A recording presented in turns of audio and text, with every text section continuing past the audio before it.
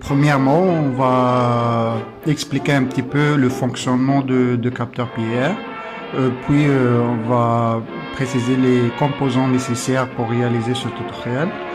Et puis, on va faire un câblage sur FreeThing. Puis, par la suite, on étudiera le code Arduino. Voilà, c'est quoi un capteur PIR? Un capteur PIR signifie lorsque un corps humain ou animal va se présenter dans la partie de capteur. Donc ce dernier détectera le mouvement parce que le corps humain ou animal émet en fait de l'énergie thermique qui va se transmettre par la suite sous forme de rayonnement infrarouge ou thermique, autrement dit. C'est là d'où vient le nom du capteur.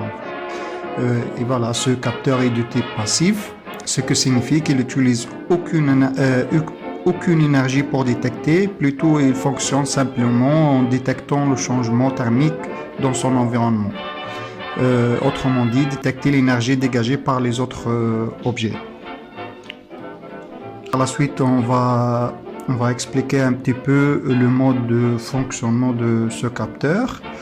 Quand les deux fentes détectent les mêmes quantités ambiantes de rayonnement, cela signifie qu'il n'y a pas de changement thermique, alors la sortie sera nulle. Puis par la suite, le changement de température dans l'un des deux fentes signifie la présence d'un objet thermique dans la zone de détection, et puis la sortie sera active. On va par la suite, pour les composants nécessaires pour réaliser ce tutoriel, on va avoir besoin d'un capteur PIR.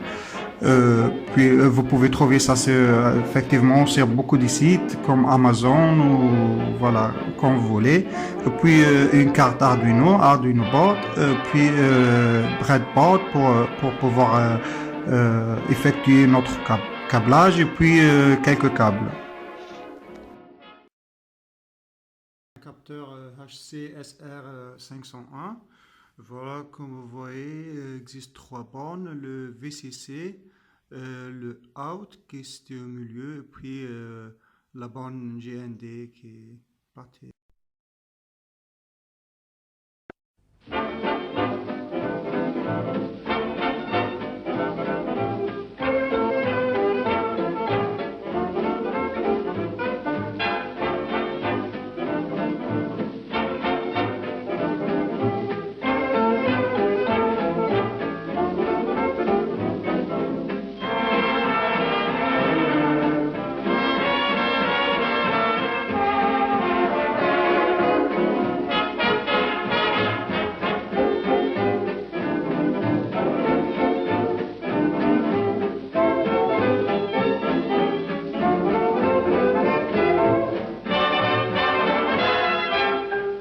Vous ouvrez la fenêtre, l'air vous semble soudain plus léger.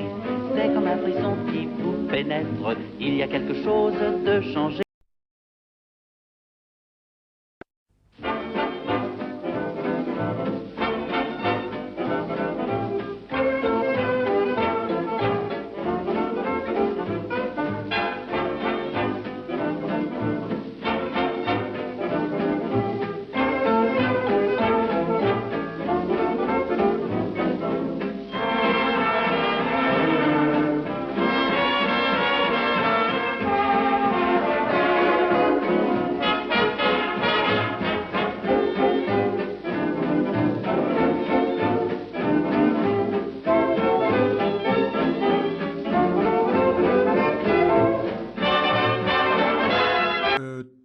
Premièrement, on va définir nos deux variables, le hit de pin sensor, que je vais choisir le pin numéro 8, puis le int de pin de notre LED qui va être branché au pin numéro 7.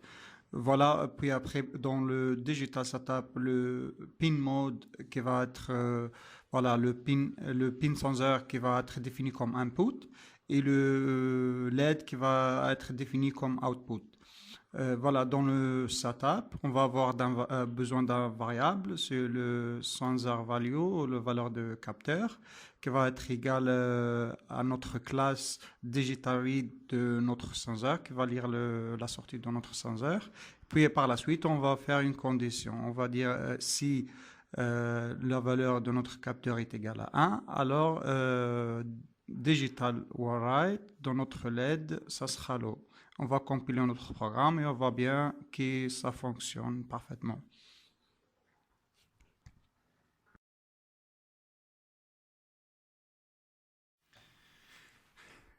Voilà, ça peut prendre un peu de temps pour s'éteindre, mais tout cela, c'est à cause de notre programme qu'on a mis dans notre carte. Et voilà, c'est une Arduino Uno, ça prend du temps pour faire les calculs aussi. Et voilà, notre capteur, il va s'assurer qu'il n'y a aucun objet qui se présente dans son contour.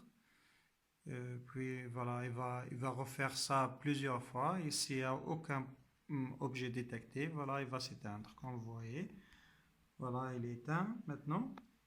Puis voilà, un objet qui est détecté.